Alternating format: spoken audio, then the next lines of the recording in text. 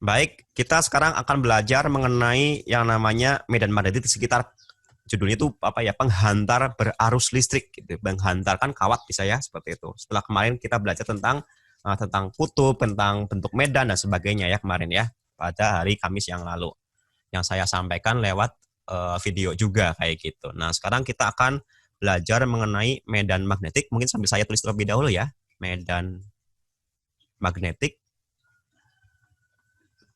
Ini saya nulisnya di tab jadi agak kurang ini ya.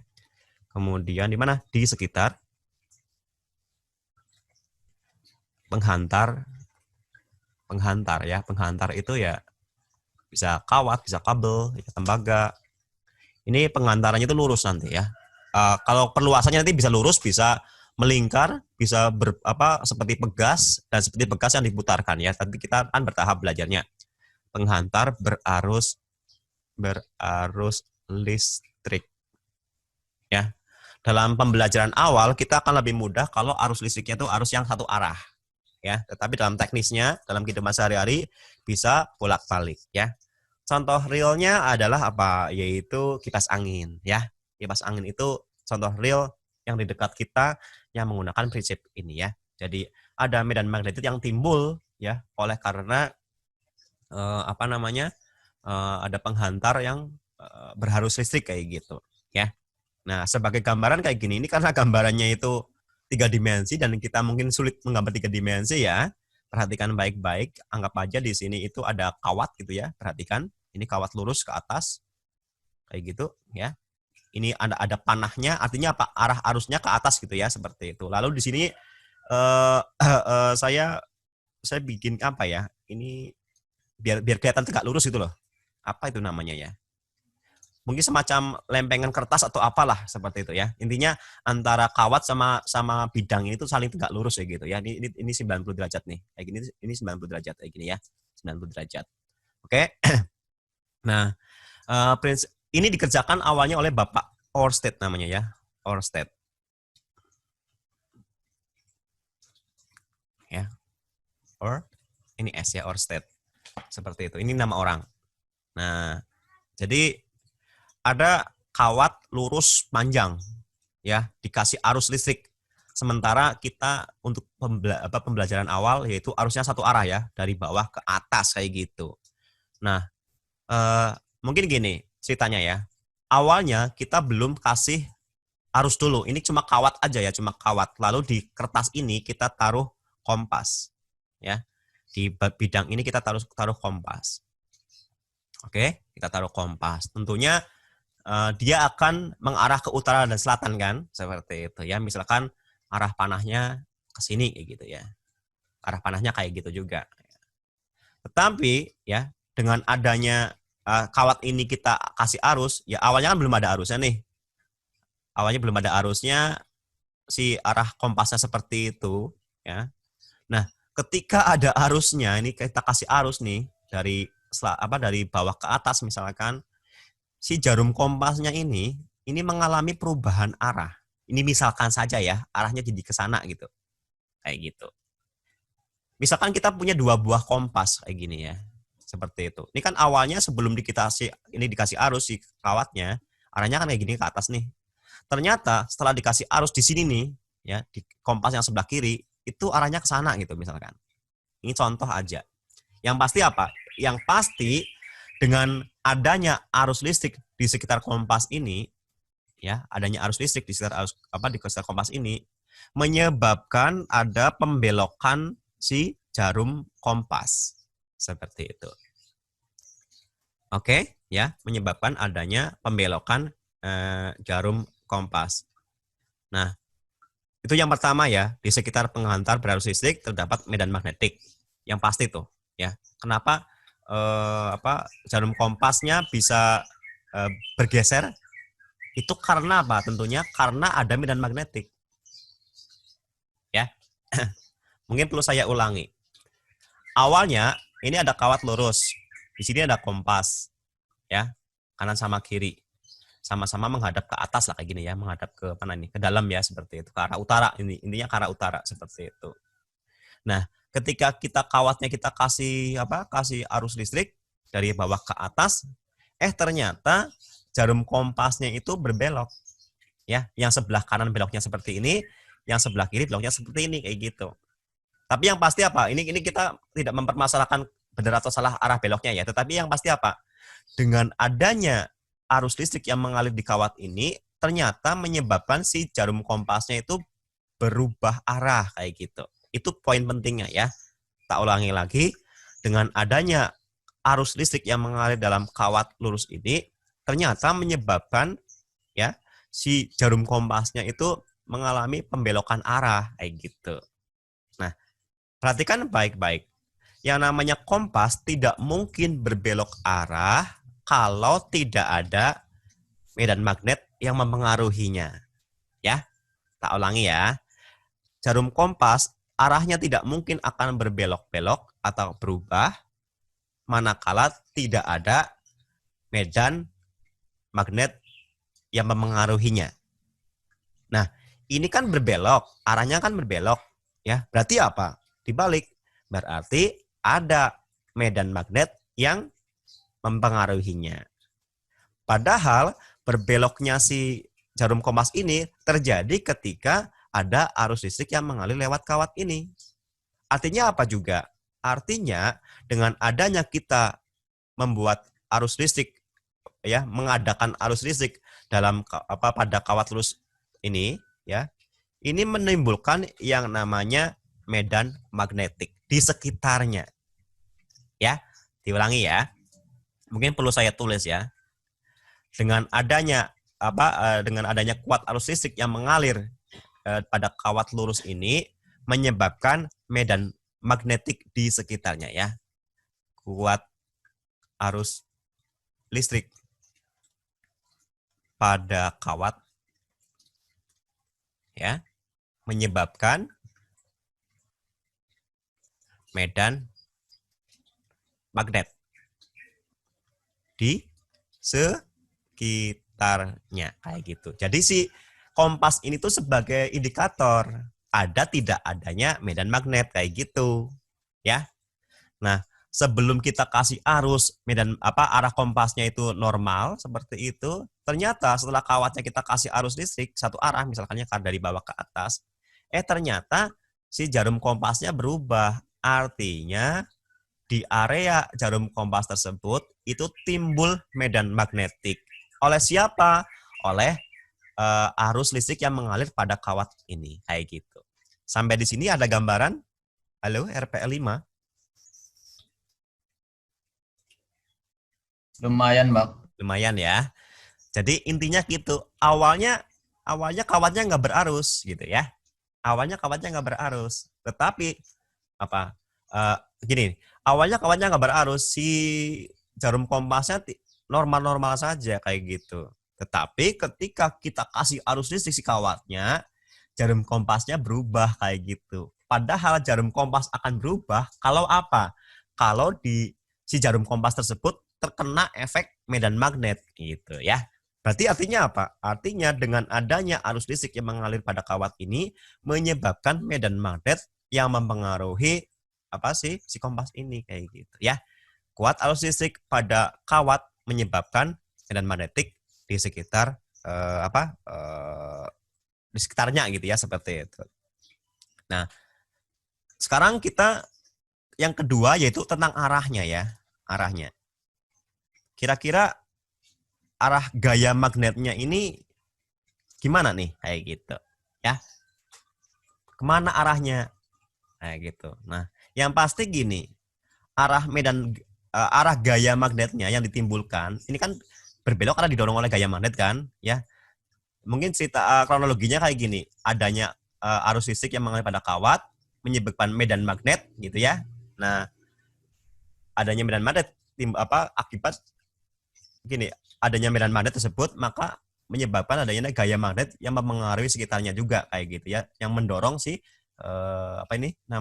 jarum si kompasnya berbelok kayak gitu. Ingat, benda bergeser ya itu karena gaya kan kayak gitu ya. Si jarum kompas ini tidak mungkin bergeser kalau tidak terkena gaya ya. Kok bisa terkena gaya? Iya, karena di sini ada medan magnet sehingga timbullah gaya magnetik kayak gitu Ya, nah sekarang arah gayanya bagaimana? Gitu kan? Nah, arah gayanya itu tergantung arah arus listrik yang mengalir dalam penghantar tersebut. Apakah arahnya ke atas ataukah arahnya ke bawah? Nanti kan mempengaruhi gayanya kemana kayak gitu. Oke ya. Seperti itu. Sampai di sini dulu. Barangkali ada yang mau ditanyakan, silakan. Halo, RPL 5. Belum, Pak. Belum ya? Oke, tidak apa. Bisa dimulai lagi ya, bisa dilanjutkan lagi ya. Bisa, Pak. Oke. Bisa, Pak. Nah, sekarang kita akan mencari arah gaya-gaya magnetnya. Oke, gini. Saya gambarkan ulang ya. Kan tadi dibilang bahwa gaya magnetnya arah gitu. Saya tulis dulu aja ya biar jelas ya, dari situ bisa diamati ya. Arah gaya magnet gitu ya. Bergantung pada apa tadi? Arah arus listrik ya. Pada arah arus listriknya kayak gitu. Nah, sekarang kita realnya gimana deh gitu ya, seperti itu. Nah, perhatikan baik-baik. Bayangkan ya, kita menggunakan konsep kaidah tangan kanan nih. Coba siapkan tangan kanannya kalian ya sambil dibayangkan. Bayangkan si tangan kanan kalian kayak gitu. Ini kawatnya ya. Ini kawatnya. Seperti itu. Kan kalau kita kalau kita genggam si kawat ini, berarti apa? Ada 4 jari yang menggenggam kan ya. 1, 2, 3, 4 gitu ya, seperti itu. Sama ada jempol yang ke atas gitu kan. Kayak gitu enggak? Bisa dibayangkan nggak? Bisa ya, bisa dibayangkan ya. Nah, perhatikan baik-baik ya. Jadi kalau bayangkan saja arah jempolnya itu ke atas, yaitu arah I-nya, I gitu ya. Maka keempat arah jari-jari ini nih, ya, yang mengelilingi si kawat ini, itu arah gaya magnetnya. Ya. Oke, tak ulangi lagi. Jika si jempol ini yang menuju ke atas adalah arah arus listriknya, maka keempat jari ini yang mengelingkari si kawatnya itu arah gayanya kayak gitu. Ya. Jadi gampangannya kayak gini nih. Ada istilah titik sama silang ya. Tahu skrup kan? Skrup tahu nggak? Skrup. Tahu, Pak. Tahu skrup ya. Kan ada yang plus, ada yang minus gitu ya. Kita pakai skrup yang plus aja. Ini skrup nih. Ini lancip gitu kan, seperti itu ya. Skrup, kalau kita bayangkan ini papan gitu ya. Jangan ini papan. Kalau kita pasang skrup ya, tentunya apa? Yang kelihatan adalah bagian silangnya kan. Kalau kita tancapkan skrup lalu kita pasang, yang kelihatan bagian silangnya ya. Oke, kayak gitu. Tetapi kalau skrupnya itu dari sebelah sana, nembus bidang ini, yang kelihatan lancipnya ya. Itu enggak? Iya, Pak. Ya, kayak gitu. Kalau kita tancapkan skrup, tentunya yang kelihatan adalah si silangnya ya, yang buat dianiin ke ke obeng ya. Tapi kalau ada skrup dari bidang sebelah nembus ke bidang ke arah kita, tentunya yang kelihatan adalah titiknya kan, lancipnya kan, kayak gitu. Nah, ini metode skrup juga akan kita pakai nih ya. Jadi dapat dikatakan kalau masuk itu pakainya silang, kalau keluar bidang itu titik. Sampai di level tahap ini bisa dipahami, silang artinya arah masuk, titik artinya arah keluar bidang ya. Silang masuk bidang, titik keluar bidang. Bisa dipahami ya? Oke ya. Oke. Nah, jadi gini, kan kita mau menggunakan konsep tangan kanan ini nih. Sekarang saya punya kertas sebagai bidangnya, yang dimensinya mudah saja kayak gini nih. Lalu di sini ada kawat.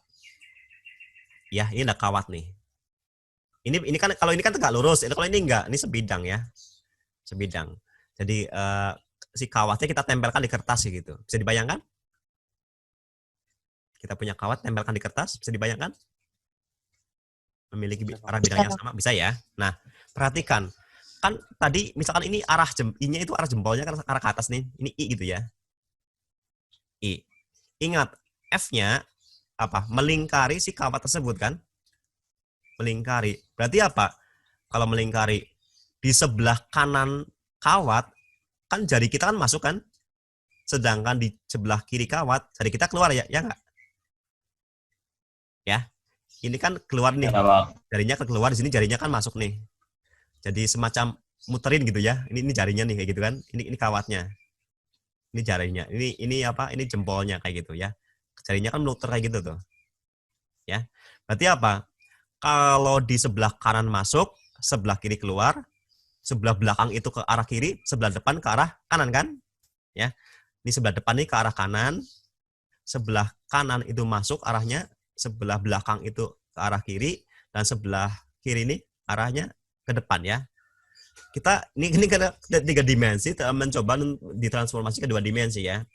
Artinya apa? Kalau ini ada kawat, ini bidang kertas ditempelkan di kawat tersebut, maka sebelah kanan itu kan arah masuk. Arah masuk ya. Simbolnya silang. Ya. Sedangkan sebelah kiri kan arah keluar nih. Simbolnya titik kayak gitu. Ya, saya mencoba untuk pelan-pelan tentang konsep kaidah ini ya. Jadi kalau ada I ke atas, maka sebelah kanan itu masuk, sebelah kiri itu keluar. Bagaimana kalau I-nya ke arah kiri? Ya tinggal ngikutin aja ya. Sebelah atasnya masuk gitu kan? Ya enggak?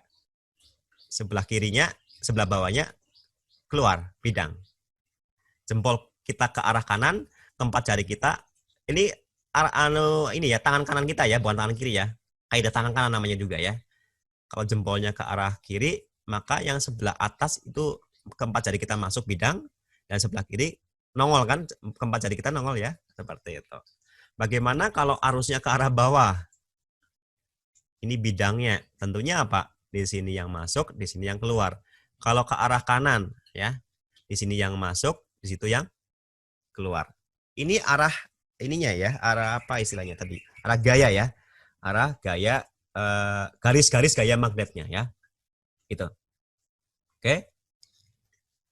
Jadi pada bagian menentukan arah medan magnetik di sekitar penghantar kawat lurus ya. Oke, seperti itu. Bentuk medannya seperti itu, bentuk gaya-gaya garis-garis gayanya juga seperti itu. Dan ini menyatakan hubungan antara arah arus listrik dengan arah garis-garis gaya listriknya. Gaya magnetnya kayak gitu. Oke? Sampai di sini bisa dipahami, ada gambaran? Ada, Pak. Ada ya. Jadi ada istilah silang sama titik. Silang itu artinya masuk, titik itu artinya keluar. Kayak gitu. Kayak gitu ya. Oke. Barangkali ada yang mau ditanyakan terlebih dahulu sebelum saya ke halaman selanjutnya. Silakan. Barangkali ada. Ada? Nggak ada? Tidak ada dulu ya. Oke. Baik. Nah, garis-garis garis-garis gaya magnet ini dapat kita bilang juga sebagai apa istilahnya ya? Medan magnetiknya ya. Sebagai medan magnetiknya seperti itu.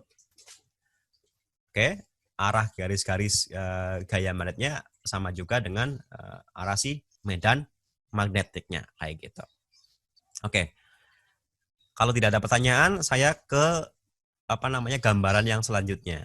Baik, ini gambaran selanjutnya mengenai medan listrik ya, medan magnet. Ingat, kalau kita punya baterai yang panjang berarti yang positif, yang pendek berarti yang negatif. Masih ingat kayak gitu? Masih ingat ya? Arah arusnya kemana? Dari positif ke negatif kan? Ke arah sana ya?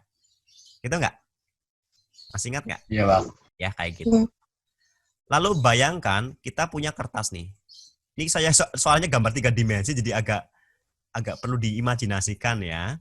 Seperti itu. Perhatikan, ini kawat. Oke. Kawatnya saya tembuskan ke sini ya. Tembusnya di sini ya. Tembusnya di sini nih. Ini lengkungkan ke sana, masukin lagi ke sini. Kayak gitu. Oke? Nanti keluarnya di sini kan? Nah, kayak gitu. Oke, ke sini lagi. Lihat. Berarti kan arah arusnya ke sana kan? Lihat arah arusnya. Arah I-nya kayak gitu. Bisa dipahami arah I-nya, arah arusnya? Ingat, arah I itu seperti arah jempol ya kan? Berarti yang lainnya adalah, yang 4 yang lainnya adalah arah garis-garis gaya magnetnya ya. Atau dalam hal ini si arah medan magnetnya ya, seperti itu. Ingat, kalau ini kawatnya jempol kita ke atas, berarti yang 4 melingkari ya. Ada 4 yang melingkari kayak gitu kan? Ini juga ada 4 melingkari ya, seperti itu. Ya. Berarti apa? Kan arahnya ke sana kan 4 jari kita ya. Seperti itu. Sehingga arahnya tuh kayak gitu. Yang melingkari si kawatnya. Oke, melingkari kawatnya. Nah, kayak gitu. Kenapa saya gambarnya 2 atau bahkan mungkin banyak? Karena apa? Ini berkaitan dengan kekuatannya, ya. Semakin dekat dengan si kawatnya itu semakin kuat si medan magnetnya. Kayak gitu. Ini melingkarinya ke sana. Arahnya ke sana. Masih ada gambaran? Kalau arusnya ke atas, maka muternya kayak gitu kan? Kayak di tangan kanan kita. Sebaliknya kalau kayak gini, gimana nih? Arahnya kayak sana. Ya. Ini arah medan magnetnya. Kenapa? Karena arah arusnya kan ke bawah nih. Ya. Coba tangan kalian, tangan kanan kalian, jempolnya ke bawah kan. Pasti si arah 4 jarinya tuh yang sebelah kiri ya, sebelah kirinya ya sebelah kirinya ini tuh ke arah sana kan? Kayak gitu nggak? Coba sambil dipraktekkan di situ. Bisa? Sambil praktekkan dari situ? Ya bang, bisa Ya. bang. Jadi kalau yang ini jempolnya ke bawah, maka keempat jari kita kan ke arah sana. Ini 4 jari kan masukin sebelah kiri si jempol kan masukkan, diputar aja tuh. Sebelah kanannya kan keluar ya, seperti itu. Akan ke arah sini, ke arah depan. Nah, kayak gitu. Oke? Ini gambaran mengenai apa ya? Bentuk medan magnetik di sekitar penghantar yang melingkar dan itu dia tuh berarus. Kayak gitu. Oke, ini gambar selanjutnya. Sekarang kita ke yang ketiga. Bagaimana kalau kawatnya itu berbentuk pegas yang nanti ke depan kita namai sebagai yang namanya solenoida. Ya, saya mau gambarkan dulu. Ini gambar pegas susah nih. Kayak gini ya. Kayak gini ya, kurang lebih ya, seperti itu. Ini gambarnya agak susah. Mungkin kalau saya mau cari dulu gimana ya? Kalau saya cari kayaknya agak lama nih. Saya stop share terlebih dahulu ya. Sebentar, mungkin saya akan menggunakan PowerPoint deh. Pegas itu bahasa Inggrisnya spring ya. Sebentar, insert. Saya sambil nyiapin dulu picture. Bentar ya, kita siapkan.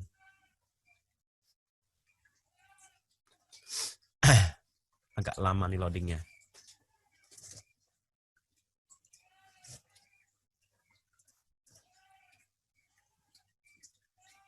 Aduh, ternyata lama banget nih. Oke. Spring.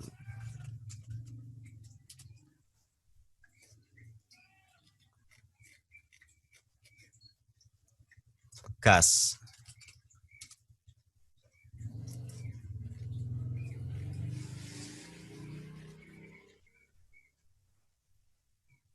Gambar pegasnya jarang yang ini. Solenoida coba ya.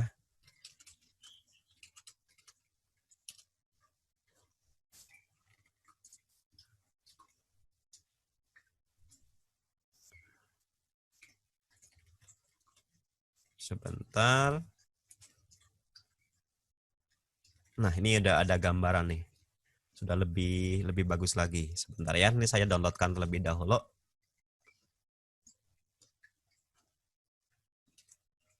Mau tak zoom terlebih dahulu.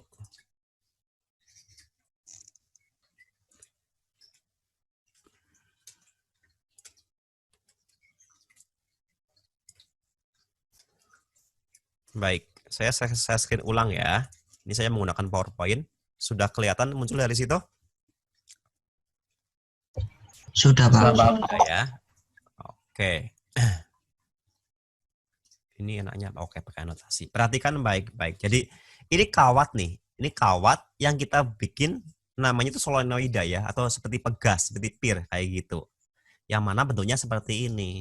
Nah, perhatikan baik-baik. Kita kan akan menggunakan kaidah tangan. Bayangkan saja gini, kita kasih arus listrik ke sana ya. Arahnya ke sana nih. Ini masuk. Berarti kan di sini keluar kan? Di sini keluar ya. Di sini tuh keluar.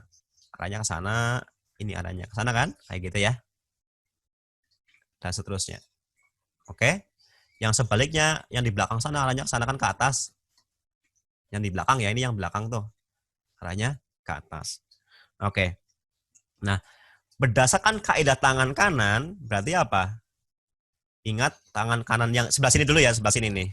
Sebelah sini, karena ini ke arah atas, maka apa?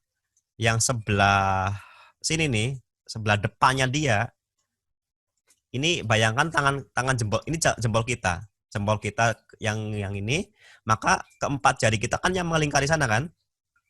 Ya enggak? Keempat jari kita yang melingkari ke sana kan? Artinya apa? Dari sebelah sini nih, sebelah kiri ke kanan, itu arahnya ke sana ya. Arahnya ke sana. Sedangkan yang di belakang arahnya ke kiri. Kayak gitu nggak bisa dibayangkan nggak? Coba bayangkan yang ini juga. Ini kan jempol kita ke arah bawah ya. Jempol kita ke arah bawah. Maka apa? Di depannya itu ke arah sana. Ya. Sedangkan di dalamnya itu ke arah masuk. Kayak gitu. Ke arah masuk. Ini dalamnya ya, di dalamnya. Mungkin saya anduk dulu. Nggak bisa anduk. Oh, ada andunya nih. Ya. Yang di dalam sini, di dalam pegasnya tentunya ke arah sana. Kayak gitu. Oke, bisa dibayangkan? Ingat tadi kita menggunakan konsep kaidah tangan kanan. Kalau kayak gini gimana? Kalau kayak gini, ya, di sebelah kiri itu masuk gitu kan? Di sebelah kanan itu keluar, kayak gitu ya, benar ya? Kayak gitu ya. Maka apa? Karena masuk berarti kan ini keluar, ini masuk, ini keluar, ini masuk ya, berarti kan kayak gitu kan? Nah, ke sana ya. Secara tiga dimensinya kayak gitu. Nah, lebih jauh lagi ya, karena ini banyak sekali itu lingkaran-lingkarannya, maka dapat dikatakan, mungkin saya pakai eraser terlebih dahulu. Ya, ini tak erase dulu ya. Oke. Nah, dapat dikatakan apa? Sebelah kiri nih, sebelah kiri itu arah medannya masuk. Ya. Sebelah kanan arah medannya keluar, kayak gitu. Nah, kalau diperluas lagi nanti gambarannya kayak gini nih. Ini masuk, ini kan keluar, melengkung ke sana, ini masuknya ke sana, kayak gitu loh. Bisa dibayangkan nggak? Ini satu saja ya, satu garis saja. Garis yang lainnya mana? Itu garis yang lainnya ya. Kayak gitu. Ya. Jadi kalau arah arusnya seperti ini, masuk dari sebelah kiri, keluar dari sebelah kanan. Dengan catatan seperti ini bentuknya. Ya. Nah, kemarin kita belajar bahwa medan magnet itu masuk dari selatan, keluar dari utara. Artinya apa? Artinya kalau si kawat berbentuk pegas ini kita kasih arus listrik yang seperti ini nih, ya, maka dapat dipastikan sebelah kiri kawat itu akan menjadi kutub selatan. Ya, dan sebelah kanan kawat akan menjadi kutub utara. Halo, RPL 5 bagaimana konsep-konsep yang bertahap ini? Halo? Halo? RPL 5. Paham, Bang. Ya, ada gambaran Paham, ya? Bang. Ada gambaran ya? Ya, pelan-pelan lah, pelan-pelan. Ini gambarnya karena gambar manual jadi belakang-belakang kayak gitu kan. Ya. Jadi masuknya lewat sini, keluarnya lewat sana. Ini arah medannya ya, arah medannya. Seperti itu. Oke. Nah, kemarin konsep yang kita pelajari pada minggu yang lalu, yang saya sampaikan lewat video juga, nggak langsung di CloudX ya, adalah bahwa apa? Arah garis-garis gaya dalam sebuah menit batang gitu ya, itu masuk dari kutub selatan, keluar lewat kutub utara. Nah, ini kan masuk, ini kan keluar. Artinya apa? Artinya sebelah sini itu sebagai kutub selatan karena arah masuk garis-garis gayanya tuh. Ya. Dan ini keluar kan? Berarti ini utara. Kayak gitu. Oke? Ada gambaran ya tentunya ya, seperti itu. Nah, ini konsep-konsep dasar seperti ini dipakai nanti ya dalam kita ke depan dalam mempelajari tentang magnetan seperti itu. Oke, kurang lebih seperti itu dahulu mengenai gambaran apa ya? Apa tadi judulnya? Medan magnetik di sekitar pengantar berarus listrik. Sampai di sini terlebih dahulu, barangkali ada yang mau ditanyakan, silakan. Ayo, silakan. Tadi RPL 5. Belum juga. Ya. Jadi ya itulah bagian penting pertama di pagi hari ini yang kita bahas, yaitu mengenai efek gitu ya, atau fenomena dari adanya kawat lurus atau kawat gitu aja ya secara umum ya, kawat yang berarus listrik itu bisa menimbulkan efek medan magnetik di sekitarnya. Dibuktikan dengan apa? Adanya pembelokan arah si kompas ya. Tadi kan di awal-awal kita udah ini. Ternyata si kompasnya itu berubah kayak gitu ya, arahnya kayak gitu. Oke, ini gambar tadi yang nggak jadi ya, yang saya pakai di menggunakan PowerPoint tadi. Kayak gitu. Oke, itu konsep yang pertama. Nah, sekarang konsep selanjutnya, bagian yang kedua, yaitu bagaimana kalau penghantar berarus listriknya ini sudah berada nih, ya, dalam medan magnetik, kayak gitu. Nanti kan pertama adanya kawat dikasih arus listrik menimbulkan efek medan di sekitarnya kan. Nah, sekarang bagaimana kalau kawatnya ini nih, ini kawat kayak gitu lurus gitu kan, sel ke atas gitu ya, seperti itu arah arusnya. Ini berada di medan magnet. Dengan cara gimana? Caranya itu kita kasih magnet gitu ya, kanan kirinya. Ini tentunya magnet ini memiliki kekuatan yang berbeda ya. Misalkan ini kutub selatan, ini kutub utara. Nah, ini ada kawat nih. Kalau kawatnya nggak aliri arus listrik, dia biasa-biasa saja. Akan tetapi apabila si kawat ini kita kasih arus listrik kayak gitu ya, nanti akan timbul efek gaya nih ya. Gaya magnet itu dalam arti di sini adalah gaya Lorentz ya namanya ya.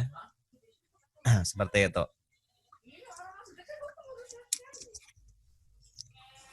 Baik, kita lanjutkan lagi.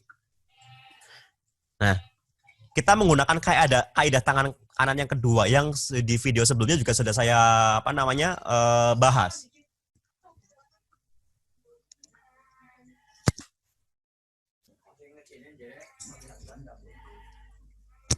Oke, jadi kaidah tangan selanjutnya ya. Bayangkan jempol kita yang sesuai dengan arah arus I-nya nih. Tentunya kemana? Ke atas kan? Gambar jempol gimana? Nah gitu ya aja, ya gitu ya. Seperti itu. Ini jempol kita ke atas. Keempat jari kita itu ke kiri kan? Ya, seperti itu ya. Ini 1, 2, 3, 4. Nah, kayak gini ya. Bisa dibayangkan? Halo? Halo? Bisa ya? Sedikit, Pak. Ya. Mungkin sambil kalian praktekkan juga ya. Bisa sambil kalian imajinasikan sambil kalian praktekkan tangannya. Perhatikan di sini ada magnet kanan kiri yang mana sebelah kanan itu magnet kutub utara, bagian kutub utara ya. Ini utara berarti itu sebelah sini kan selatan nih. Sebelah sini kan berarti kan selatan. Ya. Sebaliknya ini sebelah sini berarti yang selatan berarti sini yang utara kan gitu ya. Utara selatan kayak gitu. Nah, perhatikan baik-baik. Kan tadi kalau arusnya ke atas ya, timbul medan magnetnya kan ke arah kiri nih. Yang sebelah belakangnya kawat ke arah kiri, ya kan? sebelah kanannya ke arah sebelah kanan. Sebelah kiri ke arah ini ke arah luar sini ya. Ini keluar bidang. Ini masuk bidang kan seperti itu ya. Kalau yang tadi di awal tuh. Oke, kita ulang lagi di awal tadi. Kalau jempolnya ke arah atas itu sebagai arah arus listriknya, maka sebelah kiri masuk bidang, sebelah belakang ke arah kiri, ya. Oke, sebelah kiri ini nanti ke arah depan atau keluar bidang. Nah, sebelah sini itu ke depan ya, sebelah depan itu ke arah kanan kayak gitu. Nah, tetapi bagaimana kalau kondisinya itu kita kasih magnet yang sudah ada gitu. Dalam catatan ini utara ini selatan. Ingat tadi kita kita ini bisa yang lalu ya. Ingat bahwa kalau kita punya magnet ya, ini selatan, ini utara atau ini utara, ini selatan, sama saja ya gitu ya, dibolak-balik ya. Maka apa? Selalu masuk arah medannya itu masuk dari selatan, keluar dari utara ya. Masuk dari selatan, keluar dari utara. Ini kan selatan, ini utara, berarti kan ini keluar nih. Ini keluar, ini masuk ya. Masuk selatan, keluar utara, masuk selatan. Ini B-nya nih. Apa itu B? B adalah medan magnet. Ya. Kalau I-nya ke atas, ada di sini ada magnet utara ini selatan, maka apa? B-nya kan ke arah selatan kan? Seperti itu ya. Dari keluar utara, masuk selatan kan gini berarti. Ke arah kiri ya B-nya ya. Maka akan ada gaya magnet yang ke arah depan. Jadi telapak tangan kita menghadap ke depannya gitu ya. Arah telapak tangan itu arah F-nya, arah gayanya. Dapat diambil gambar ulang saya seperti ini nih. Kalau ini I, ya, ini B, maka ke depannya adalah ini F. Ada gambaran? Bayangkan telapak tangan kalian tuh, arah jempolnya itu arah I, ya, arah arus listriknya. Keempat jari-jarinya yang kita rentangkan itu arah medan magnetnya, dan telapak tangannya menghadap ke depan kan, ke arah muka kita gitu ya. Itu arah gaya magnetnya kayak gitu. Ya. Oke. Sejauh ini kita sudah belajar dua hal ya. Yang pertama tadi belum ada magnetnya, yang kedua ini sudah ada magnetnya kayak gitu. Ini karena waktunya juga sudah habis, saya rasa cukup ya sampai di sini terlebih dahulu. Nanti kalau ada pertanyaan bisa lewat WA juga ya. Baik, saya rasa cukup. Semoga bermanfaat. Saya akhiri. Wassalamualaikum warahmatullahi wabarakatuh. Waalaikumsalam warahmatullahi wabarakatuh. Oke, selamat pagi ya. Saya live meeting.